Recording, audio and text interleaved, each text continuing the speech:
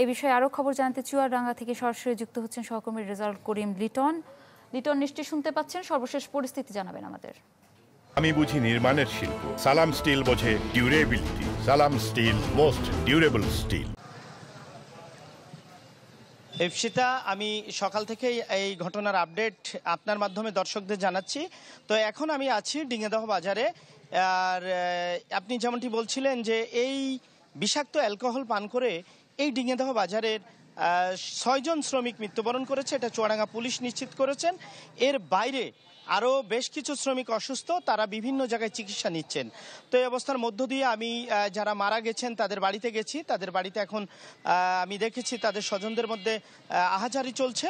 এবং এই শ্রমিকরা এই বাজারেই কাজ করত, তারা বিভিন্ন ধরনের কাজের এই বাজারের শ্রমিক পেশার সাথে নিযুক্ত ছিল। তারা ট্রাকে ভুট্টা লোড করত, কেউ মাছের ব্যবসা করত, কেউ আপনার ঠেলা ঠেলতো, এরকম বিভিন্ন ধরনের শ্রমিক তারা। তো সব মিলিয়ে এখানে এই বাজারে আমি সব শ্রেণী পেশার মানুষের সাথে কথা বলেছি। মাদকের যে বিস্তার সেটি কিন্তু ভয়াবহ অবস্থা।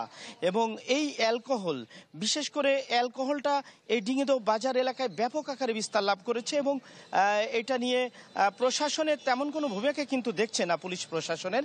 আর পুলিশ বলছে যে তারা প্রায় অভিযান চালায় এবং যারা এই মাদকের সাথে জড়িত তাদেরকে তারা ধরে নিয়ে আদালতে সোপর্দ করে, কিন্তু আইনের ফাঁক ফোকর দিয়ে তারা বেরিয়ে আসে। তো এই যে 6 জনের মৃত্যুর ঘটনা সঠিক তদন্ত করে যারা জড়িত তাদের শাস্তির আওতায় আনবে, এই দাবি জানাচ্ছে এলাকাবাসী। লিটন, ধন্যবাদ আপনাকে। দর্শক, বিষাক্ত মদ পানে চুয়াডাঙ্গায় 6 জনের মৃত্যু হয়েছে, সে বিষয়ে জানছিলাম আমাদের সহকর্মীর কাছ থেকে।